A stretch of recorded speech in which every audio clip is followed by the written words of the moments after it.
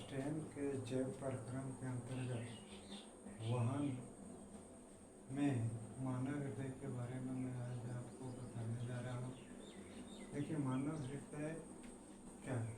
सबसे पहले मानव हृदय का एक रफ आइडिया दिखाते हैं, जो आप बराबर देखते होंगे। चारों तरफ लिखा हुआ इस तरह, ठीक है। तो इस तरह का ये जो चित्र है, तो इसको दिल का चित्र कहते हैं। तो यह भी मानव हृदय इसी तरह होता है, ठीक है। ये मानव हृदय है क्या, पहले यहाँ समझिएगा। ये मांसपेशीय यानी मानव के हृदय में कोई भी अस्थि या उपास्थि नहीं होती है, ठीक है। समझिए, ये इसका काम क्या है। तो इसका काम है पूरे शरीर में क्या करना, पूरे शरीर में रक्त को पंप करना। रक्त को पंप करने का मतलब हुआ या तो रक्त को प्राप्त करना या रक्त को भेजना, ठीक है। अब देखिए, ये जो मानव हृदय है यह हल्का टिल्ट होता है, हल्का टेढ़ा होता है, सीधा नहीं होता है, समझ गए। हल्का टेढ़ा टाइप का होता है। और यह जो होता है आपका इस भाग में होता है, यहाँ होता है लगभग, समझ गए। बीच में नहीं होता है, यहाँ होता है, ठीक है। और इसका 4 भाग होता है, ठीक है, समझ गए। 4 भाग में 2 भाग हुआ, ये बायां हो गया और ये दायां भाग हुआ। अब एक पर दोनों का 2-2 भाग कीजिए, ठीक है। 1 2 3 4। और ऊपर का दोनों भाग जो है वो आलिंद कहलाता है। तो ये हो गया बायां आलिंद, ठीक है, और ये हो गया दायां आलिंद, ठीक है। ये हो गया बायां निलय, ठीक है। ये हो गया दायां निलय, ठीक, समझ गए। अब यहाँ ध्यान दीजिए कि यह रक्त को प्राप्त कैसे करता है।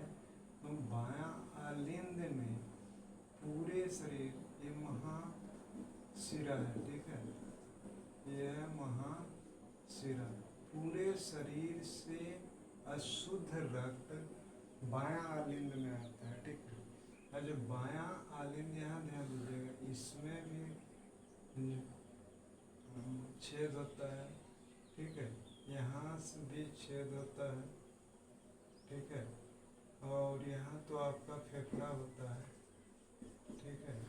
ये फेफड़ा से फिर यहाँ आता है ना।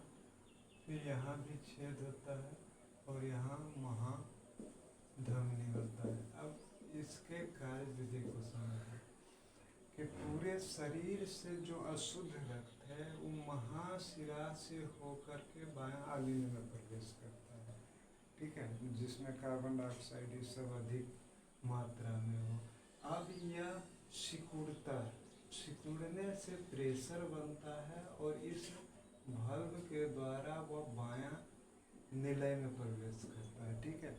अब बायां निलय में प्रवेश करता है तो यहाँ ध्यान दीजिएगा कि यहाँ से यह सीधे फेफड़ा में चला जाता है। ये देखिए, ये जो पाइप जैसा नली है, ये तो वाजिब में अशुद्ध रक्त को ले जा रहा है क्योंकि अभी शुद्ध हुआ नहीं है, लेकिन इसका नाम है फुफ्फुस धमनी। क्या नाम है?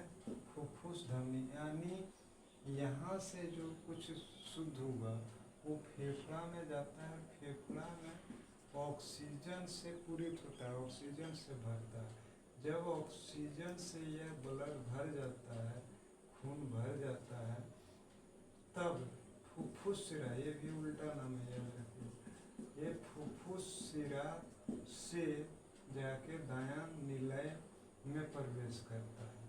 और दायां निलय में जब यह प्रवेश करता है तो यहाँ संकुचन होता है, ठीक है। संकुचन होने पर यह दायां आलिंद में प्रवेश करता है और दायां आलिंद के द्वारा पूरे शरीर में शुद्ध रक्त प्रवाहित होता है। तो ये जो 4 भाग हो गया, यानी याद रखिएगा कि आलिंद का काम है रक्त को प्राप्त करना, है ना, और निलय का काम है रक्त को भेजना। तो 4 भाग में क्या क्या हो गया, बायां आलिंद, बायां निलय, ठीक है, दायां आलिंद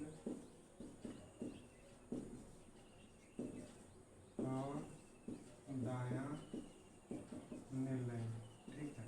अब यहाँ जो वॉल्व होता है, याद रखिएगा, ये वॉल्व जो होता है, ये वॉल्व का क्या काम है, वॉल्व का काम है कि रक्त को एक ही दिशा में प्रवाहित करना, यानी